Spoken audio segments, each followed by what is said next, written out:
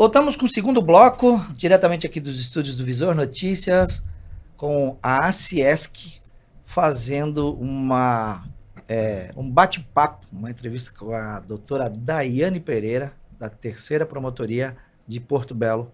E, Wilson, vamos com força, porque a doutora está O prazo é curto, e o prazo é curto, né? A gente ter a oportunidade de ter hoje a doutora aqui conosco é muito importante, e vamos tentar esclarecer de um âmbito geral aí para os corretores, para os incorporadores. Eu já começo, promotora, solicitando a sua análise com relação à incorporação imobiliária. A gente entende que envolve várias etapas, né? A gente conversava antes que o mercado ele tem que amadurecer para poder estar fazendo essa incorporação de uma forma mais célere, né? O pessoal acaba colocando a culpa na pessoa que faz a incorporação, que reúne documentação, ou na documentação do terreno que não está completa, não está apropriada, ou no registro de imóveis que demora muito, mas no final do dia é um amadurecimento, né? Então, como existem várias etapas e vários agentes envolvidos, existe o empreendedor, o responsável técnico, todo mundo mais, qual que é a obrigação principal da incorporadora nesse processo? É importante esclarecer que toda essa parte, os riscos são inerentes à própria atividade da incorporadora. Então, transferir essa responsabilidade para outras pessoas, fazendo aqui uma comparação, uma empresa aérea falar, deu uma tempestade, fechou o aeroporto, não vou assistir ninguém, porque eu não tenho culpa. Mas aquele risco é inerente àquela atividade da aviação. Da mesma forma, a incorporação, né, eles têm que trabalhar com esse risco e conhecendo como é que é o funcionamento dessas burocracias, vamos dizer assim, que envolvem. Tem que assumir a sua parcela de responsabilidade também. E a nossa legislação ela é bem clara dos passos que devem ser seguidos e que a incorporação é indispensável para que depois se tenha uma habite, né, própria instituição do condomínio, a habite no final ali dessa obra. Então, tudo isso faz parte da atividade empresarial. E eu entendo que é só uma transferência de responsabilidade que, nas minhas investigações, isso dizendo pela terceira promotoria de Porto Belo, não é o que a gente verifica. Nenhuma investigação, vamos falar só de Porto Belo, tirando agora Bombinhas, né? Okay. Nenhuma das investigações de Porto Belo tem entrave que é admitido ali ao município, né, que pode ser imputado, vamos dizer assim, né, ao município ou ao registro de imóveis. Porque muitos sequer têm alvará de construção e outros tantos, os que têm alvará de construção, não tem nem protocolo no registro de imóveis. Então não tem cai por terra essa narrativa. Essa narrativa é só uma falácia, vamos dizer assim, né, só uma desculpa desse mercado, mas como eu disse, ainda que houvesse, tudo isso faz parte do próprio risco empresarial. Então, o que a gente precisa realmente é mudar a nossa cultura de construção civil aqui na região. Na real, no entendimento do Ministério Público, a gente precisa, o comprador precisa observar, né, também essa questão, né? Quando vai comprar um imóvel na planta, é isso? Sim. Como que o Ministério Público está fazendo para poder assessorar, né, os clientes? Porque essa é uma das coisas, por exemplo, assim, ele faz a denúncia via PROCON, ele faz a denúncia direto no Ministério Público, ele faz a denúncia no Cresci, por onde vai, né? Porque vocês trabalham por denúncia, né? Por outro lado, se o construtor, né, eu vou emendar uma pergunta na outra já, se o construtor achar que está demorando muito para poder conseguir a incorporação, ele pode no Ministério Público dizer o seguinte: ô doutora, nós estamos tendo um problema ali, ou como a gente faz? Vou responder em etapas. A primeira parte os canais de denúncia são as mais diversas vias, né? Pode ser via PROCON, pode ser até no próprio município. A gente já recebeu denúncias que vieram de pessoas que foram atrás no município, ver se aquele imóvel que elas adquiriram tinha alvará de construção, descobriram que não e levaram essa informação para o Ministério Público. E também o canal da ouvidoria do Ministério Público, que recebe denúncias, a própria Promotoria de Justiça também, nos seus canais de atendimento de e-mail, WhatsApp também, recebe essas denúncias e a gente trata. E a gente também, eu já instaurei algumas de ofício, ou seja, eu vejo alguma situação que está irregular, não tem registro de incorporação, a gente vê, realmente, isso aqui não está regular, eu instauro de ofício, eu começo a investigação de ofício. Então, isso acontece também. Agora, em relação... Pode repetir, Ney, por favor. A informação para os compradores, né? Dos compradores. Da clareza de informação, porque eventualmente eles não podem alegar a própria torpeza, mas eu entendo que sim, a gente, né, precisa pensar sobre a falta de clareza para os compradores. Também, a pergunta era se o construtor achar o que ele pode fazer. O cartório não né? está atento ao pedido dele, né? Tipo, ó, a prefeitura está demorando muito, vamos supor. Algum problema, né? o entrave Ou ali. o cartório está tendo um entrave. Ele pode ir no Ministério Público e ele também sim. fazer, ó, eu tô aqui, tô querendo regularizar. O que a gente atua, a minha promotoria também atua na moralidade administrativa. A gente vai ver se essa morosidade, ela é de má fé, né? Se ela é para prejudicar aquela pessoa, se ela é decorrente de má fé, isso pode ir até para a área ali da moralidade administrativa, configurar ato de improbidade administrativa. Então, é possível esse viés também.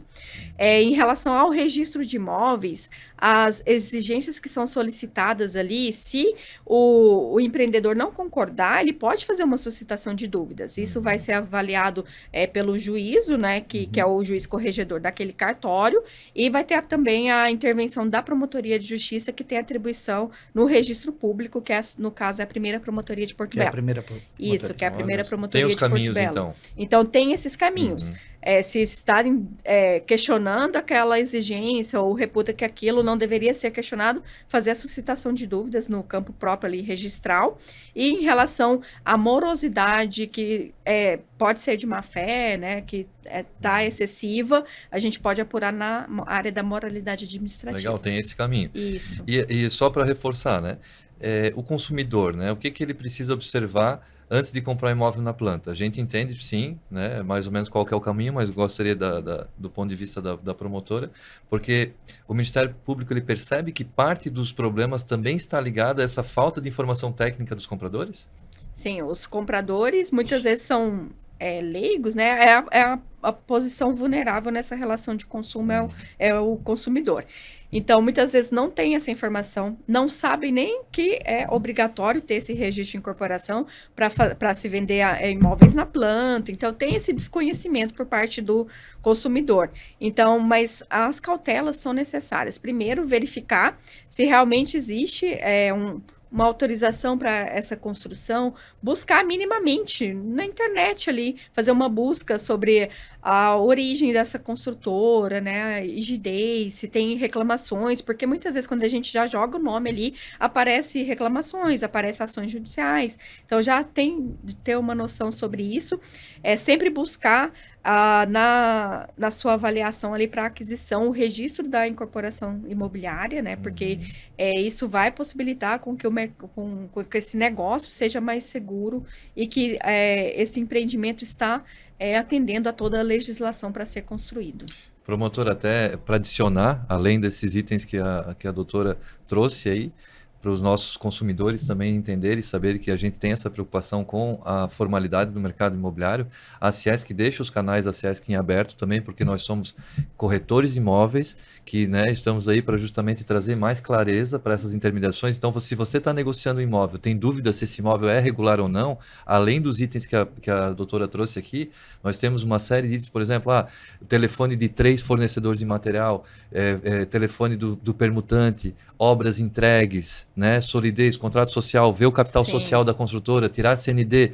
Você não sabe tudo isso? A gente tem SPR, a gente já tem um checklist já montado, a Ciesc tem esse documento, a gente não tem uma lista negra de construtoras, mas a gente tem conhecimento de mercado e a gente vai poder apoiar de forma, obviamente, gratuita, né, a você, consumidor, e a você, corretor de imóveis, que ainda não sabe para onde ir, né, não sabe, será que é sério, será que não é sério? Entre em contato com a Ciesc, que a gente faz questão de dar uma espécie de consultoria e dizer, olha, eu acho que, né, não está legal, tira mais informação, tira isso. Quer vender, então, né? A gente está de portas abertas para poder esclarecer, porque eu acho que o melhor remédio nesse caso é a informação, né?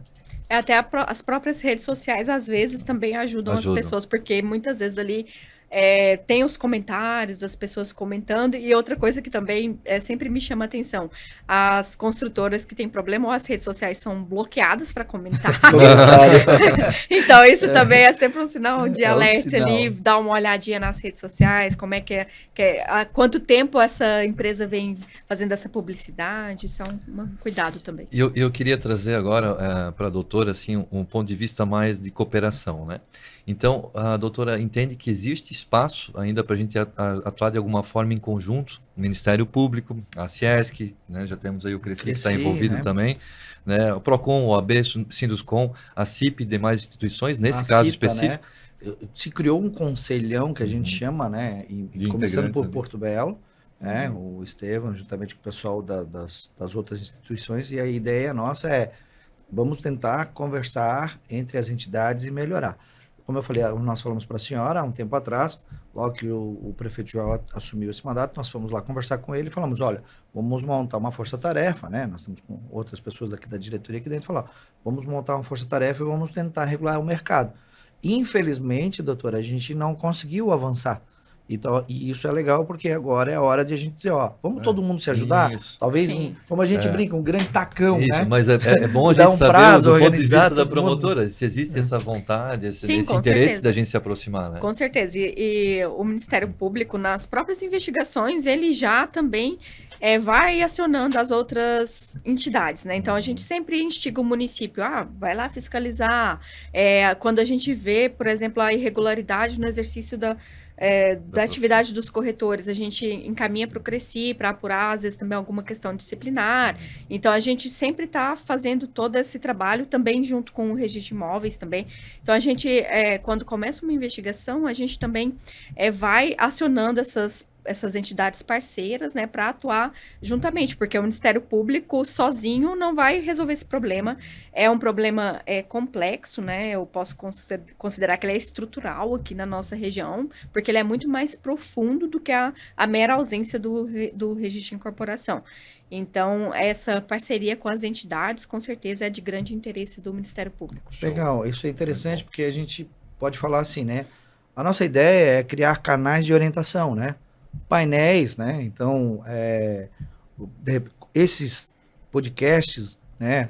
A gente abre para o Ministério Público e para a senhora fazer um collab e colocar matérias, pílulas, informações para o corretor, até mesmo, olha, esse empreendimento está ou não está proibido de venda, que a gente pode, né? O que pode se dar, porque o Cresci hoje mandou lá, ó, esses empreendimentos estão proibidos à venda, né? Foi uma decisão judicial. Uma decisão judicial, né? A gente pode fazer. Então, o que a gente pode fazer? Como a gente pode colaborar, né? E como que o Ministério Público pode nos ajudar, né? Então, na visão da doutora, qual é o melhor caminho para transformar esse momento de preocupação em uma oportunidade, né? De amadurecer o nosso mercado? O que a senhora acha disso tudo? Eu acho que é esse caminho que a gente está fazendo, de diálogo, de aproximação, de conscientização, de educação. É importante essa aproximação mais preventiva, né? E, assim, o Ministério Público sempre, com certeza, vai atuar na esfera repressiva quando necessário, mas a prevenção das irregularidades, que é o que a gente está fazendo, inclusive, aqui, fazendo esse podcast, é muito importante. Perfeito. Eu estava comentando antes no offline aqui com os nossos colegas aqui, que estão aqui da Ciesc, que estão acompanhando esse episódio com a promotora, que lá atrás, em 2007, 2008, eu fiz o curso de incorporação imobiliária. Entender um pouquinho mais como é que funcionava a lei, o que era permitido, o que podia, por que era tão difícil. Né? Venho de outro mercado, venho lá do Médio Vale, e lá nós passamos por isso. Eu vejo que Itapema, Porto Belo, Bombinhas, essa nossa regional aqui, ela está passando por um momento de amadurecimento. E o Jamil Rami, que é o engenheiro que foi um dos que fez a norma técnica de avaliações imobiliárias, e ele que dá esse curso, ele ministra esse curso de incorporação imobiliária ao longo do Brasil, ele comentou, ele sempre fala essa frase, Ney, que ela cabe muito para esse momento que a gente está vivendo, que é o amadurecimento imobiliário é um trem, é um caminhão desgovernado descendo uma ladeira, ninguém segura. Então, por mais que as pessoas comentem, eu já ouvi corretores, infelizmente eu vi incorporadores falando, mas devia ser diferente, devia mudar a lei aqui para nós. Quem é Itapema na fila do pão se é uma lei nacional 64, Sim. não, de nacional. 64, onde todas as outras grandes regiões que já explodiram no mercado imobiliário, elas estão acompanhando. Eu falei com E o presidente observam a conheci- lei, né? Não faz sentido, entende? Então, infelizmente, a gente é obrigado a trazer esse tipo de informação para cá, porque é um amadurecimento Sim. que tem que vir, ninguém mais seguro, não vai voltar para trás, gente. Não tem cabimento a gente fazer um apêndice na lei só para Itapema. Né? Por mais que a gente está imerso nesse mercado aqui, que as maquetes são maravilhosas, os folders, é tudo Uhum. lindo.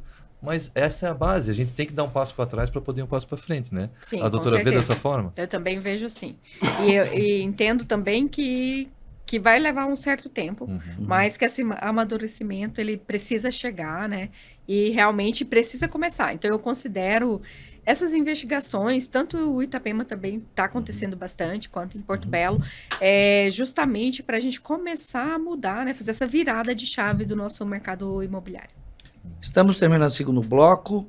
Rapidinho, não sai daí, a Ciesc com a doutora Daiane, promotora da 3ª Promotoria de Porto Belo. Já voltamos.